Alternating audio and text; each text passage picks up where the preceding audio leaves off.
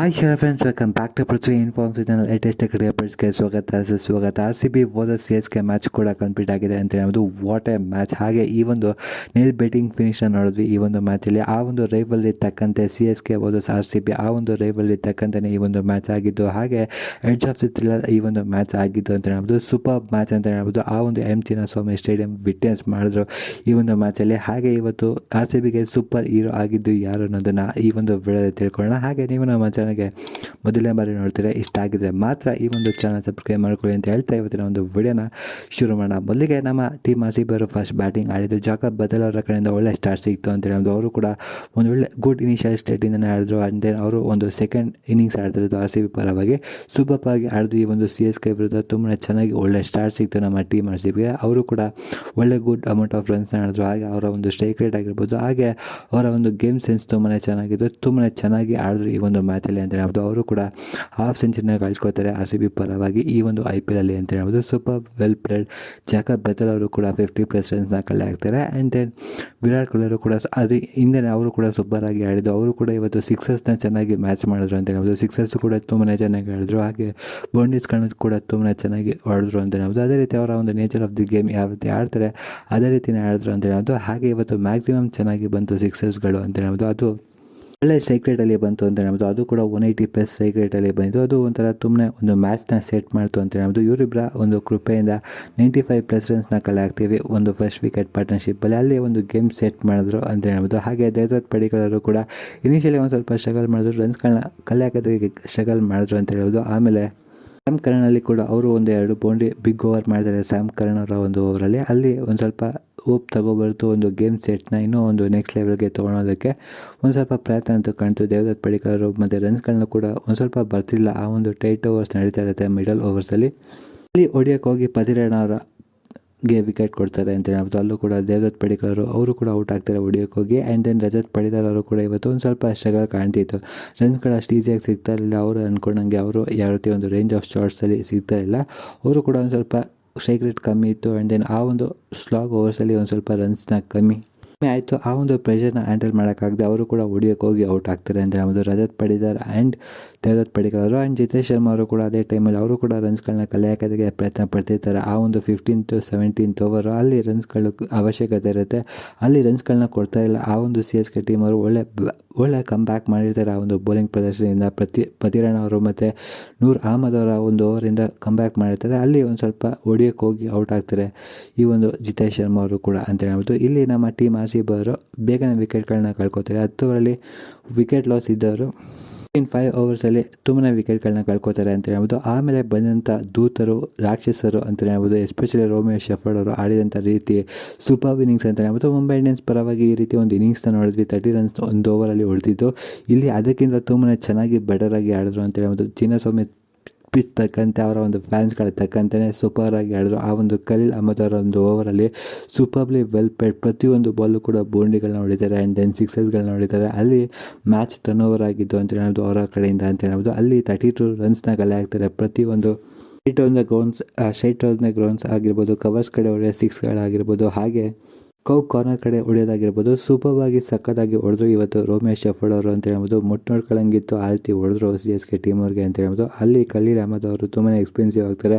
19th over 32 ರನ್ಸ್ನ ಪಡ್ಕೋತಾರೆ Romeo Shepherd ಅವರು. ಅದರಿಂದ Romeo Shepherd ಅವರು ಈ ಒಂದು ಫಾಸ್ಟೆಸ್ಟ್ ಹಾಫ್ ಸೆಂಚುರಿನ ಕಳ್ಕೊತಾರೆ ಈ ಒಂದು ಟಾಟಾ IPL 2025 ಹಿಸ್ಟ್ರಿಲಿ ಅಂತ ಹೇಳ್ಬೋದು. ಆ ರೀತಿ ಒಂದು ಸೂಪರ್ ಆಗಿ ಆಡಿದ್ದಾರೆ ಈ ಒಂದು ರೋಮಿಯೋ ಶೆಫರ್ಡ್ ಅವರು ಅಂತ ಹೇಳ್ಬೋದು. ಸೂಪರ್ ನಾಕ್ ಅವರ ಕಡೆಯಿಂದ ಬಂದು ಈ ಒಂದು ಮ್ಯಾಚಲ್ಲಿ. ಹಾಗೆ ಟೀಮ್ ಡೇವಿಡ್ ಅವರು ಕೂಡ ನಾನ್ ಸ್ಟ್ರೈಕರ್ ಇಂದ ಮಜಾ ಮಾಡ್ತಿದ್ರು ಅಂತ ಹೇಳ್ಬೋದು. ಆ್ಯಂಡ್ ದೆನ್ ಇನ್ನು ಒಂದು ಸೆಕೆಂಡ್ ಇನ್ನಿಂಗ್ಸ್ ಶುರು ಮಾಡಿದಾಗಲೇ ಸೂಪರ್ ಸ್ಟಾರ್ಟ್ ಅಂತ ಹೇಳ್ಬೋದು. ಆಯುಷ್ ಮಾನ್ರೆ ಅವರು ತುಂಬಾ ಸಕ್ಕತ್ತಾಗಿ ಆಡಿದ್ರು ಅಂತ ಹೇಳ್ಬೋದು. ಎಸ್ಪೆಷಲಿ ಭುವನೇಶ್ವರ್ ಅವರಿಗೆ ತುಂಬಾ ಸಕ್ಕತ್ತಾಗಿ ಟೋಲ್ ಮಾಡ್ತಾರೆ ಅಂತ ಹೇಳ್ಬೋದು. ಅಲ್ಲಿ ಒಂದು ಸ್ವಲ್ಪ ತುಂಬ ರನ್ಸ್ಗಳನ್ನ ಕಲೆ ಹಾಕ್ತಾರೆ ಅವರ ಒಂದು ಬೌಂಡ್ರಿ ಮೂಲಕ. ಸ್ಟ್ರೈಟ್ ಆನ್ ದಿ ಗ್ರೌಂಡ್ ಅವರ ಒಂದು ಫ್ರಂಟ್ ಆಫ್ ದಿ ಏನು ಕಾಣುತ್ತೆ ಅಲ್ಲಿ ರನ್ಸ್ಗಳನ್ನ ಚೆನ್ನಾಗಿ ಪಡ್ಕೋತಾರೆ. ಎಸ್ಪೆಷಲಿ ಮಿಡೋನಲ್ಲಿ ತುಂಬ ರನ್ಸ್ಗಳನ್ನ ಪಡ್ಕೋತಾರೆ. ಅಲ್ಲಿ ಭುವಿ ಅವರು ಒಂದು ಸ್ವಲ್ಪ ತುಂಬ ಎಕ್ಸ್ಪೆನ್ಸಿವ್ ಆದರು ಅಂತಲೇ ಹೇಳ್ಬೋದು. ಅಲ್ಲಿ ಫಸ್ಟು ಪವರ್ ಪ್ಲೇ ಅವರ ಒಂದು ಓವರಲ್ಲಿ ಬಿಗ್ ಓವರ್ ಮಾಡ್ತಾರೆ. ಆ್ಯಂಡ್ ದೆನ್ ಮ್ಯಾಚ್ನ ಸೆಟ್ ಮಾಡ್ತಾರೆ, ಒಂದು ಗೇಮ್ ಟೋಲ್ನ ಸೆಟ್ ಮಾಡ್ತಾರೆ. ಅವ್ರ ಕಡೆಯಿಂದ ಇನಿಷಿಯಲಿ ಚೆನ್ನಾಗಿ ರನ್ಸ್ಗಳನ್ನ ಬಂತು ಅಂತ ಹೇಳ್ಬೋದು ಪವರ್ ಪ್ಲೇ. ಆ್ಯಂಡ್ ದೆನ್ ಅವ್ರನ್ನ ಒಂದು ಸ್ವಲ್ಪ ಕಂಟ್ರೋಲ್ ಮಾಡಬೇಕಿತ್ತು. ಅಲ್ಲಿ ಒಂದು ಸ್ವಲ್ಪ ವಿಕೆಟ್ ಬಿಡಬೇಕಿತ್ತು. ಅಲ್ಲಿ ಕೃಣಾಲ್ ಪಾಂಡ್ಯ ಅವರು ಬಂದು ವಿಕೆಟ್ನ ಪಡ್ಕೋತಾರೆ. ರಶೀದ್ ಅವರ ಒಂದು ವಿಕೆಟ್ನ ತಗೋತಾರೆ. ಫಸ್ಟ್ ಇನಿಷಿಯಲ್ ಬ್ರೇಕ್ ಅವರು ಬಂದು ಬರುತ್ತೆ ಅಂತ ಹೇಳ್ಬೋದು. ಆಮೇಲೆ ಸ್ಯಾಮ್ ಕರಣ್ ಅವರು ಕೂಡ ಬರ್ತಾರೆ. ಅವರು ಕೂಡ ಒಂದು ಸ್ವಲ್ಪ ಫಸ್ಟ್ ಬಾಲಲ್ಲೇ ಶಾರ್ಟ್ ಬಾಲ್ ಪ್ರಯತ್ನ ಪಡ್ತಾರೆ. ಕೃಣಾಲ್ ಪಾಂಡ್ಯ ಅವರು ಅದನ್ನು ಒಂದು ಬೌಂಡ್ರಿ ಮೂಲಕ ತಗೋತಾರೆ. ಆ್ಯಂಡ್ ದೆನ್ ಅವ್ರನ್ನ ಬೇಗನೆ ವಿಕೆಟ್ ತೊಗೊಂಡು ಲುಂಗಿ ಎಂಗ್ಡಿ ಅಂತ ಹೇಳ್ಬೋದು ಅವರ ಒಂದು ವಿಕೆಟ್ ತುಂಬಾ ಕ್ರೂಷಿಯಲ್ ಆಗಿತ್ತು.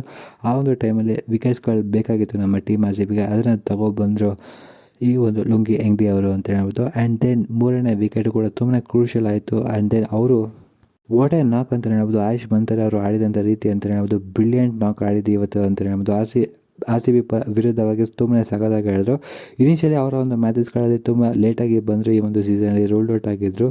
ಅವರ ಒಂದು ರಿಪ್ಲೇಸ್ಮೆಂಟ್ ಆಗಿ ಬಂದಿದ್ದಂಥ ಪ್ಲೇಯರ್ ಈ ರೀತಿ ಒಂದು ವಿಜೃಂಭಿಸ್ತಾರೆ. ಹಾಗೆ ಒಂದು ಬ್ರಿಲಿಯಂಟ್ ನಾಕ್ಗಳನ್ನ ಕೊಡ್ತಾರೆ. ಒಳ್ಳೆ ಸ್ಟಾರ್ಟ್ ಸಿಗ್ತಿತ್ತು ಪ್ರೀವಿಯಸ್ ಮ್ಯಾಚಸಲ್ಲಿ. ಇಲ್ಲಿ RCB ಮೇಲೆ ಒಂದು ಬಿಗ್ ನಾಕ್ನ ಆಡಿದ್ದಾರೆ. ಸೂಪರ್ ಇನ್ನಿಂಗ್ಸ್ ಅಂತ ಹೇಳ್ಬೋದು. ಆಯುಷ್ ಮಂತರೆ ಅವರು ತುಂಬಾ ಸಖತ್ತಾಗಿ ಆಡಿದ್ರು. ಆ್ಯಂಡ್ ದೆನ್ ಅವರು ಆಡಿದಂಥ ರೀತಿ, ಅವರ ಒಂದು ರೇಂಜ್ ಆಫ್ ಶಾಟ್ಸ್ಗಳು ತುಂಬ ಚೆನ್ನಾಗಿತ್ತು. ಎಲ್ಲ ಕಡೆಯೂ ಕೂಡ ಬೌಂಡ್ರೀಸ್ಗಳನ್ನ ಪಿಕ್ ಮಾಡಿದ್ರು. ಆ್ಯಂಡ್ ದೆನ್ RCBಗೆ ತಲೆನೋವಂತೂ ಕೊಟ್ಟಿದ್ದು ಆಯುಷ್ ಮಂತರೆ ಇವತ್ತು ಸೂಪರ್ಲಿ ವೆಲ್ ಪ್ಲೇಡ್ ಅಂತ ಹೇಳ್ಬೋದು. ಅವರು ಆಡಿದಂಥ ರೀತಿ ಆಗಿರ್ಬೋದು, ಅವರ ಒಂದು ತುಂಬಾ ಕ್ಯಾಚಸ್ಗಳನ್ನ ಡ್ರಾಪ್ ಮಾಡ್ತಾರೆ ನಮ್ಮ ಟೀಮ್ RCB ಅವರು. ಅಲ್ಲಿ ಒಂದು ಸ್ವಲ್ಪ ವಿಕೆಟ್ನ ಪಡ್ಕೊಂಡು ಅವರ ಒಂದು ಕೊನೆ ಟೈಮಲ್ಲಿ ವಿಕೆಟ್ನ ಕಳ್ಕೊತಾರೆ ಆಯುಷ್ ಮಲ್ತಾರೆ ಅವರು ಅಂತ ಹೇಳ್ಬೋದು. ಆ್ಯಂಡ್ ದೆನ್ ಇವರು ಬರ್ತಾರೆ ಡಿವಾಲ್ಡ್ ಬ್ರೇವಿಸ್ ಅವರು. ಅವ್ರದ್ದಂತೂ ಕ್ರೂಷಿಯಲ್ ಕಾಂಟ್ರವರ್ಷಿಯಲ್ ಅಂತ ಹೇಳ್ಬೋದು. ಅಲ್ಲಿ ಒಂದು ಸ್ವಲ್ಪ ಅವರು ರಿವ್ಯೂ ತೊಗೊಳ್ಳೋದ್ರಲ್ಲಿ ಡಿಲೇ ಮಾಡಿದ್ರು. ಆ ಕಾರಣದಿಂದಾಗಿ ಅದು ಔಟ್ ಆಗಿತ್ತು ಅಂತ ಹೇಳ್ಬೋದು. ಫಸ್ಟ್ ಬಂದ ತಕ್ಷಣ ಔಟ್ ಆಗ್ತಾರೆ. ಆಯುಷ್ ಮಲ್ತಾರೆ ಔಟ್ ಆದ ತಕ್ಷಣ ಫಸ್ಟ್ ಬಾಲ್ನ ಫುಲ್ ಟಾಸ್ ಆಗ್ತಾರೆ ಲುಂಗಿ ಎಂಗ್ಡಿ ಅವರು. ಅಲ್ಲಿ ವಿಕೆಟ್ನ ಕಳ್ಕೊತಾರೆ ಅಂತ ಹೇಳ್ಬೋದು. ಡಿಲೇ ಮಾಡ್ತಾರೆ. ಆ ಒಂದು ರಿವ್ಯೂ ತೊಗೊಳ್ಳೋದ್ರಲ್ಲಿ ಎಲ್ಲೋ ಒಂದು ಕಾನ್ಷಿಯಸ್ನೆಸ್ನಲ್ಲಿ ಇರಲಿಲ್ಲ ಆ ಒಂದು ಗ್ರೌಂಡಲ್ಲಿ. ಆದ ಕಾರಣದಿಂದಾಗಿ ಅವರು ಕೂಡ ಡಿಲೇ ಆದ ತಕ್ಷಣ ಅವರು ಕೂಡ ಔಟ್ ಆಗ್ತಾರೆ ಅಂತ ಹೇಳ್ಬೋದು. ಅಲ್ಲಿ LBW ಆಗಿದ್ದರಿಂದ ಅವರು ಕೂಡ ಔಟ್ ಆಗೋ ಪರಿಸ್ಥಿತಿ ಬಂತು ಅಂತ ಹೇಳ್ಬೋದು. ಅನ್ಫಾರ್ಚುನೇಟ್ ಅನ್ಲಕ್ಕಿ ಅಂತ ಹೇಳ್ಬೋದು. ಆ್ಯಂಡ್ ದೆನ್ MS ಧೋನಿ ಅವರು ಬರ್ತಾರೆ. ಅದಾದಮೇಲೆ ಅವರು ಕೂಡ ತುಂಬ ಸಖತ್ತಾಗಿ ಆಡ್ತಾರೆ. ಅವರು ಕೂಡ ಬೌಂಡ್ರಿಗಳನ್ನ ಚೆನ್ನಾಗಿ ಪಿಕ್ ಮಾಡ್ತಾರೆ. ಒಂದು ಸ್ವಲ್ಪ ಪುಕ ಅಂತೂ ಭಯ ಅಂತೂ ಹುಟ್ಟಿದಂತ ಹೌದು. ಅಲ್ಲಿ ಚೆನ್ನಾಗಿ ಮಾಡಿದ್ರು. ಭುವನೇಶ್ವರ್ ಕುಮಾರ್ ಅವರು ಕೂಡ ಯಾರ್ಕರ್ಸ್ನ ಚೆನ್ನಾಗಿ ಇಂಪ್ಲಿಮೆಂಟ್ ಮಾಡಿದ್ರು.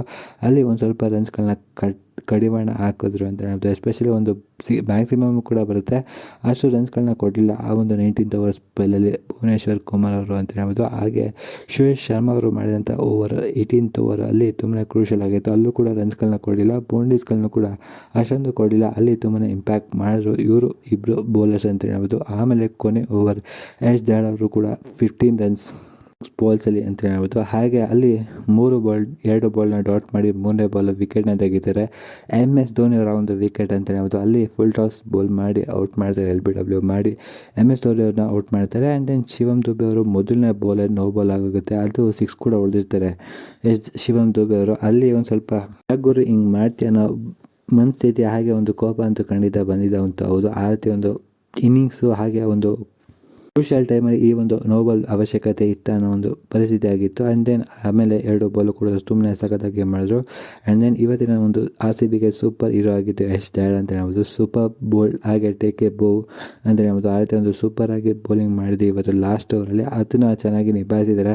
ಆ ಒಂದು ಪ್ರೆಷರ್ನ ಚೆನ್ನಾಗಿ ಹ್ಯಾಂಡಲ್ ಮಾಡಿದ್ದಾರೆ ಯಶ್ ದಯಾಳ್ ಅವರು ಅಂತ ಹೇಳ್ಬೋದು. ಇದೇ ರೀತಿ M ಚಿನ್ನಸ್ವಾಮಿ ಸ್ಟೇಡಿಯಮಲ್ಲಿ ಪ್ರೀವಿಯಸ್ ಒಂದು ಇಯರಲ್ಲೂ ಕೂಡ ಇದೇ ರೀತಿ ಒಂದು ಹೈ ಪ್ರೆಷರ್ ಗೇಮಲ್ಲೂ ಕೂಡ ಸಖತ್ತಾಗಿ ಮಾಡಿದ್ರು. ಆ್ಯಂಡ್ ದೆನ್ ಈ ಒಂದು ಮ್ಯಾಚಲ್ಲೂ ಕೂಡ ತುಂಬಾ ಚೆನ್ನಾಗಿ ಮಾಡಿ ಈ ಒಂದು ಮ್ಯಾಚ್ನ ಗೆಲ್ಲಿಸಿದ್ದಾರೆ 2 ರನ್ಗಳಿಂದ RCBಗೆ ಅಂತ ಹೇಳ್ಬೋದು.